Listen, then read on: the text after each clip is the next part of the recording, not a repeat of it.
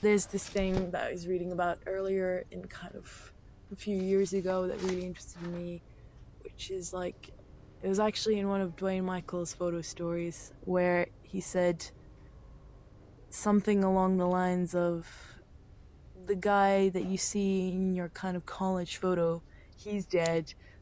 The person that you see in your passport photo, they're dead.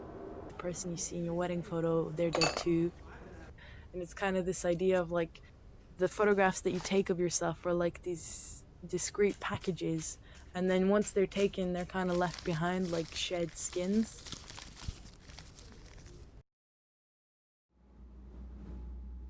Well, it's not that they're actually dead, it's that the photograph, I suppose, is kind of representing a small death. And you've moved on, whereas the photograph is still there, and the photograph is the object that's kind of imprinted, and it can't ever escape that sort of fate.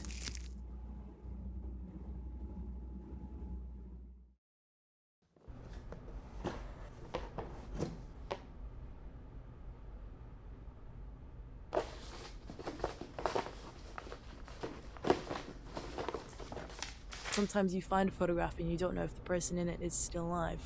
So the photograph has survived, but then that same day, if that photograph is thrown into a fire, or if it gets, left in your jeans pocket and then you put it through the wash, it's like, that's the end of the object, and that's the end of the memory, unless the person the photograph is of is still alive.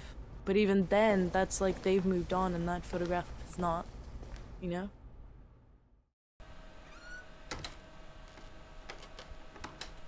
If you take a picture of a person, it's almost like if the person's gone, then their life is extended just by a tiny spark. And then every time you touch the photograph, you're not touching them, but you're touching something of them that survived. And then when that photograph is destroyed, then it's a lot more difficult to remember them.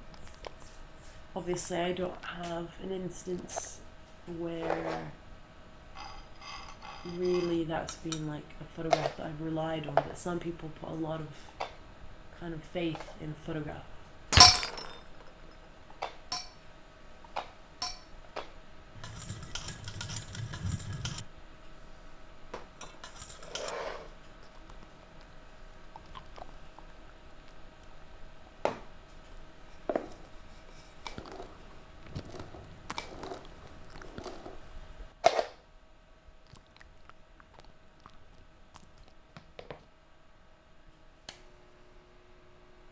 And that kind of links into one of my beliefs that is more and more becoming apparent to me, that everything that is material must come to an end at some point, or it must meet its kind of doom.